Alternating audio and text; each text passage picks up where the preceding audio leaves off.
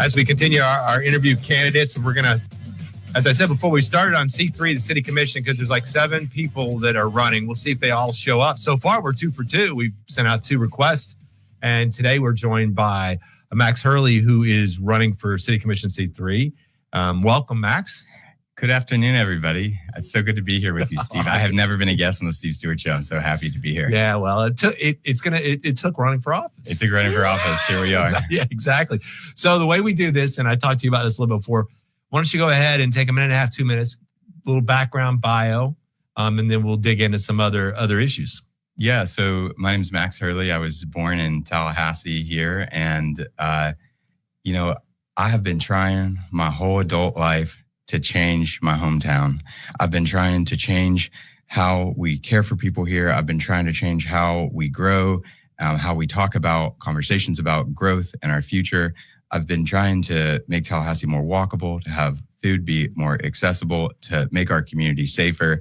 And I've been involved in a lot of change in this community. I've had the opportunity to work with organizations like Killearn Estates, their homeowner association, which I know, Steve, that's your neck of the woods there out in Killearn. I've had the chance to work with Summerbrook Property Owners Association for the same reason. They called me because they were concerned about development in their community. And I work with those neighborhoods. I work with the neighborhoods. I work with the developers to try to get the best outcome that we could for all parties involved on behalf of the neighborhoods.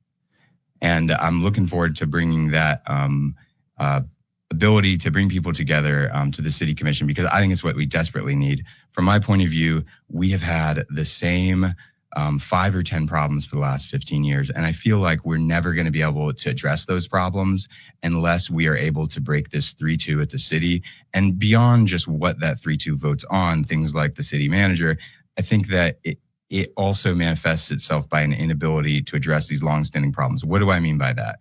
A lack of walkable corridors in Tallahassee, a lack of an arts center in Tallahassee, a violent crime problem, no parking garages in Midtown. Our downtown, it has a lot to be desired. And so I'm hoping that through the course of this campaign, we can build a big coalition, we can bring people together, and we can address Tallahassee's longstanding problems. So that's why I'm running for Tallahassee City Commission C3. Oh man, that sounds so good. So your job, what do you do for a living? So I've been a political consultant. I've been a lobbyist at times. I work within government affairs. I'm from Tallahassee, and I come from a family that has contributed a lot to this community and to government. And so over the past 15 years, I've worked as a political consultant with city commission candidates, county commission candidates, labor organizations, and other groups to make a difference in Tallahassee. Okay, so clearly the election or the politics of the City Commission over the last couple of years has been driven by this 3-2 vote, where you've got the progressive movement, and this is not Steve Stewart talking. This is all local media. There's a progressive movement seeking control of the city for whatever reason. Obviously, they think this is the right move. Their policies are what people want, and they've got 2 people elected. Do you fall into that, or do you view yourself as falling into that progressive category? Yes, I have been part of a group of people for many years in this community that has made an effort to reform City Hall. You can call that whatever you want, but I'm extremely proud of the accomplishments that we've had to raise attention to really important issues in our community over the past 10 years. So what would you list as the 2 or 3 biggest accomplishments of the progressive movement since they've been elected and had a voice at the city? I think that there are conversations like this, Steve. Obviously, what our community went through in 2016, in 2017, in 2018, it was not easy on this community. It was not easy for Tallahassee and our leaders to go through a FBI investigation. It was not easy for us to go through a transition in a majority of our government and have multiple members removed. It wasn't easy for the community. And I feel like we have led the conversation in the wake of all of that. And I think that people are done fighting. Personally, I feel like it is time to bring everyone around the table again and talk about the future. And, to your point about, well, what have we done in those years? I think that we've raised issues to the table like the firefighters.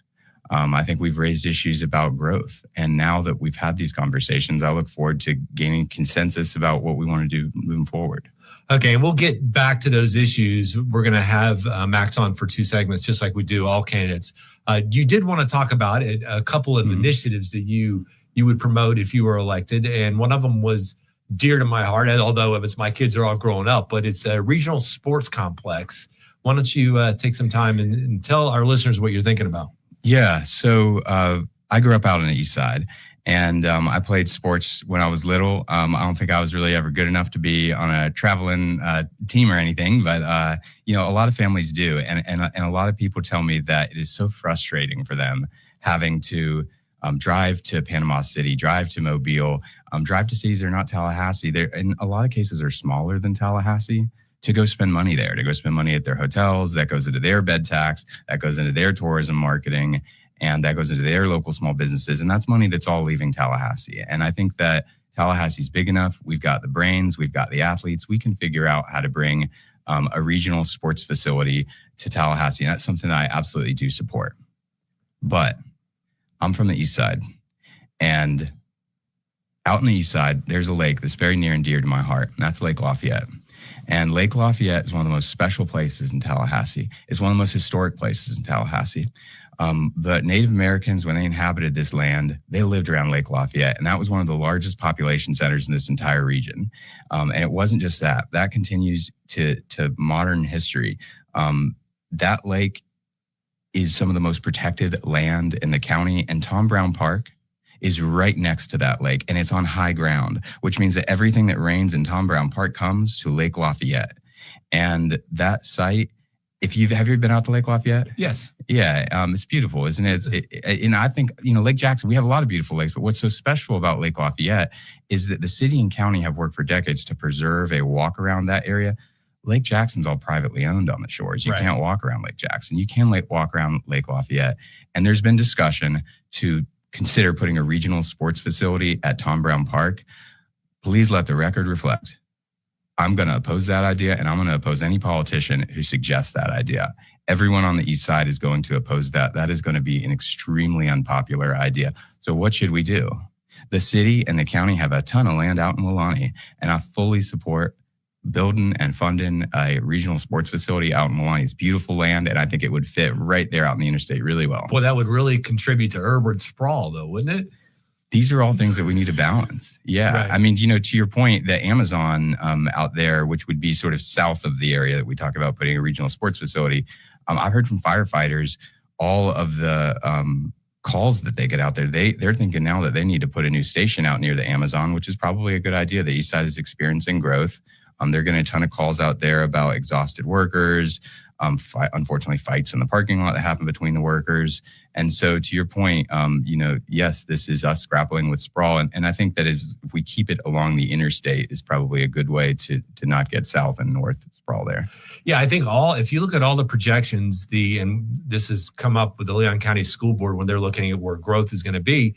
I mean, you're right about that. They're projecting single families moving to the Northeast and the East, and actually even the Southeast and the Southwood area, where there's a lot of out Appalachia, there's a lot of new home construction slated for that area. And so on this sports facility, who would we got about 40 seconds. First of all, who would fund it? So the future of Blueprint, our 1% surtax on everything that we spend in Tallahassee. Right now, it's a $1 billion fund up to 2040. We're looking at a $3 billion fund for the next round of Blueprint, and I'm completely open to the idea of including that as one of the future That'd Blueprint be one of the priorities. Yeah. All right. We will continue this discussion. Get a little more pointed with some questions here. That was his segment. Ours is coming up. Looking forward to it. So, you've listened to the show some, I think. The progressive movement has really angered, I think, a lot of people, but me more than most, maybe because I have a microphone on law enforcement, public safety. Watching progressive supporters get up and call police officers murderers, even on their social media. I just looked it up. I mean, just days ago. Still calling people murderers, and then the progressive leadership failing to say, to answer that is really disturbing to me. I won't hold you accountable for that right now because you weren't elected and sitting on the dais. But I do want your position on some of these issues. First of all, do you think there's been a move by the city to hire more police officers because we had a violent crime problem, which has seemed to recede, but now maybe coming back. But do you, just from a general philosophical stance, do you support hiring more police officers? I think that we should pay people a fair pay and wage for a fair day's work. And I have always stood to make sure that our police officers are getting paid well and that their compensation's well, because I believe in labor, I believe in unions and their union employees. I'll stand with them on that. How many of them we have, I would defer to what the union and the staff says. I didn't agree with the property tax increase a couple of years ago. I didn't have the ability to look at all that stuff then, but sometimes I wish we would question some of that stuff more. So, yeah, all right, and absent the money, but just from a philosophical standpoint, do you believe that more police officers on the street will make streets safer? Well, it depends on who they are and what they're doing. Okay. So you do believe that more, if they are patrolling streets where they have a crime problem, you think that more police officers would help reduce that crime? I think that law enforcement is capable of doing that. Yeah. Okay. I wouldn't call that an enthusiastic answer, but it's an answer. 287G, and for some of those that don't know what that is the local government's cooperation with federal officials on immigration violations. We've talked about this in the past. Do you if you are elected, would you vote to end the 287G agreement that is currently in place? Yes. Okay. And so given that, you would be against all cooperation between local officials and federal immigration officials? I think that's an interesting phrase, all cooperation. I'm not really sure what that means, but what I can tell you is this. You ever been to the Huntsman on Tennessee? I've been by there. I've been in that building, but not while I was a Huntsman. Yeah. This is one of the concerns that I have about the 287G agreement. So we have these traffic cameras, a stunning amount of intersections in Tallahassee, right? 300-400. Now, to be clear, these are different than the flock cameras. The right. flock camera is totally separate, right? But the traffic cameras in the past, before ICE and all this stuff, before the most recent iteration of it, we used to just put a picture of the traffic camera every 5 minutes on the internet. Yeah. And then something changed in the past year and a half to where now every single traffic camera in Tallahassee is broadcast out on the open internet. Right. And I asked you, have you ever been to the Huntsman? The reason why I asked you that is because there's a traffic camera outside the Huntsman that broadcasts who's walking into the Huntsman 24/7. But it's not just the Huntsman. It's dozens and hundreds of businesses all across Tallahassee, private residences. I've communicated with private residences in Tallahassee and had to tell them there is a Tallahassee traffic camera pointing into your living room window. Right. Why am I telling you this? Because this 287G agreement green lights that information going off into a federal data center and being aggregated with algorithms to run your walking stance, your license plate, and it is creating a bunch of big data about us. I don't like that, y'all. I believe that we should have, if we have that kind of information, that should be locally stored and locally entrusted in local law enforcement. Right. So back to the 287G though. So what cooperation, all right, let's say this, a guy gets pulled over for a DUI. Okay. He's in this country illegally, but it's a DUI, goes to jail. All right. Would the sheriff's department at that point be required under your ideas, would the sheriff's department be required to notify ICE officials? I would think you'd have to talk to the sheriff about that. Well, no, but under a 287, yeah. But what would the policy of the city be? Would you allow would you require them to do that? The city's 287G agreement does not pertain to the Leon County Jail. Right. What does it pertain to? Yes, a 287G does in the county. But so you would vote against the 287G as the city approved it. Why would you vote against that?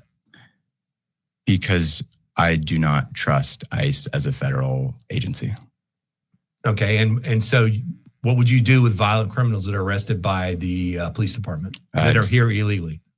I'd give them to the jail and ask the sheriff to use his discretion. So the point is this, is you would delegate, and that's a position, the authority to the local sheriff, who actually is an elected body. So then that could be what they would run on. Yes, and I don't mean to get pedantic about this, but what I was saying is that they already have that authority. We're not really delegating, because we delegated it by virtue of them operating the jail. But we're talking about the city, which is the 287G, which affects the police department to a degree. You would vote against that. Yes. Okay. All right. Flock cameras. So the cameras. So do you support body worn cameras for police officers? Absolutely. Okay. And you want them on all the time? I think their policy right now is generally pretty good. Yeah. Okay. But you're against cameras that would at intersections that would be used like in the real-time center. Yeah. You bring up an interesting line of question here, Steve. We have all seen in the course of the last 10 or 15 years that cameras have become far more present in our life. I mean, we're in front of a bunch of cameras right now. But we all have cameras. Right. So it's sort of become a moot point, hasn't it? I don't think privacy is a moot point. I think that it's on all of our elected officials at every layer of government to try to do what we can to not make it all publicly accessible. To, even with the Huntsman example, I was talking to their bar staff yesterday about this and saying, if we could just rotate this one particular camera like 15 degrees, because, for example, it's not on the other businesses there. There's a Chevron there. There's a Capital City Bank parking lot there. Okay. All right, we need to move on from that. I get your concern about that. Okay. Growth, economic growth. Look, this comes down to urban sprawl, infill.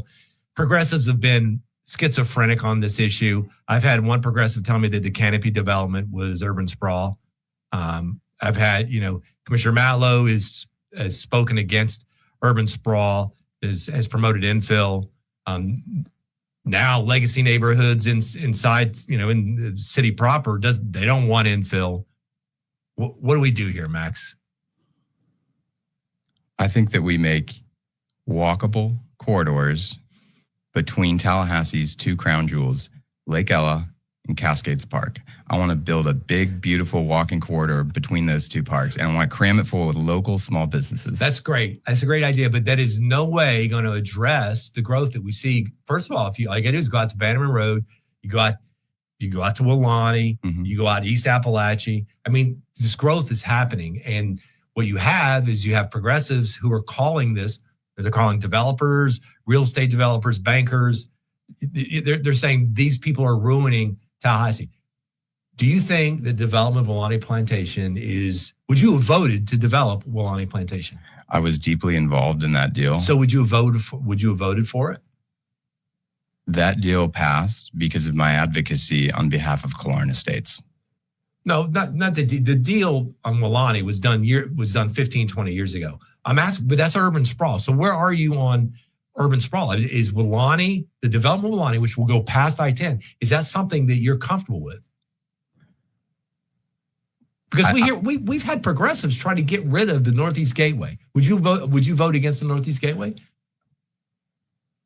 Again, I represented Killarn Estates throughout that entire several-year-long process when the Northeast Gateway was being finally approved, and I was brought on by Killarn Estates and their residents to try to stop, and we did. It being the Northeast Gateway, it only connecting at Shamrock, and our advocacy made it connect also at Roberts. And so naturally, it would have been a bizarre position for me to have advocated to change the project and then vote against the project. I didn't love it. It seems like the progressives are against expanding the USA. And so I'm trying to find out what your position is. Yeah, I am against further massively expanding the USA. The USA has already been expanded in our lifetimes much more than it ever has before. So what is the solution? What we need is an open marketplace at Wilani. I've heard things lately that I find very concerning about some of the behavior of developers at Wilani in terms of only selecting a couple different firms, whether they be engineering firms, whether they be construction firms, whether they be real estate firms. We need to have this be an open marketplace. And here's why, because if there's only a couple firms in every vertical that are involved in there, then what are they going to do? They're going to be calling me and all the other commissioners and say, well, now we need an expansion of the USA because they won't let us build in Wilani. Right. Okay. Third issue, final issue, electric utility. We own our utility here at the city of Tallahassee. Big responsibility. Might have seen the story we did a little while ago. Some of the lowest rates in the state of Florida, some of the lowest electric rates in the country. However, we have the zero carbon plan, which I think we're supposed to be at 50% in 2035. Not going to happen. You talk to any serious individual, this is all just sort of like, it's like just a plan to keep people sort of, into the climate change mode. What is your position on that? Would you trade higher electric rates for to do away with natural gas and bring in more solar, or are you going to be more practical about it and understand the affordability issue? Yesterday, the Chamber of Commerce released their priorities, right? Their economic priorities. I believe that one of the economic priorities of our region should be investing in utility research. What do I mean by that? A great mayor of this city, John Marks, brought some of the most cutting research and development to Tallahassee's utilities.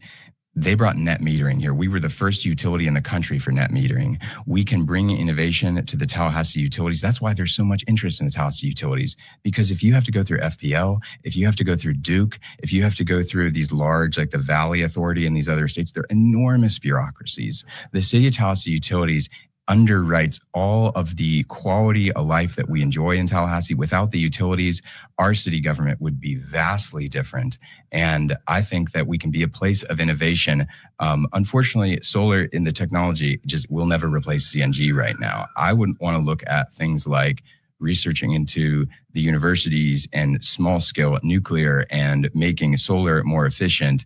The technology is not all the way there yet, but I believe in Tallahassee's utilities as a place of innovation. So do you think that the zero carbon promise or goal for 2050 is doable? 2050? Yeah. Probably, yeah. I mean, I think technology is going to change a lot in the next 25 years. All right. So that's all the time we have. I think we touched some. I have a question for you, Steve. Sure. Will you sign a petition for my campaign for Tallahassee City Commission? Seat 3. I know. Oh, seat 3, huh? How many signatures you had? So we got to get them finished on Monday, and we geez. have just a few dozen left to get. So I'm hoping, Steve, that you'll help us get there. I don't know. I got to look into the ethics of that. Anyway, thanks for joining us. That's Max Herrle, City Commission seat 3 candidate.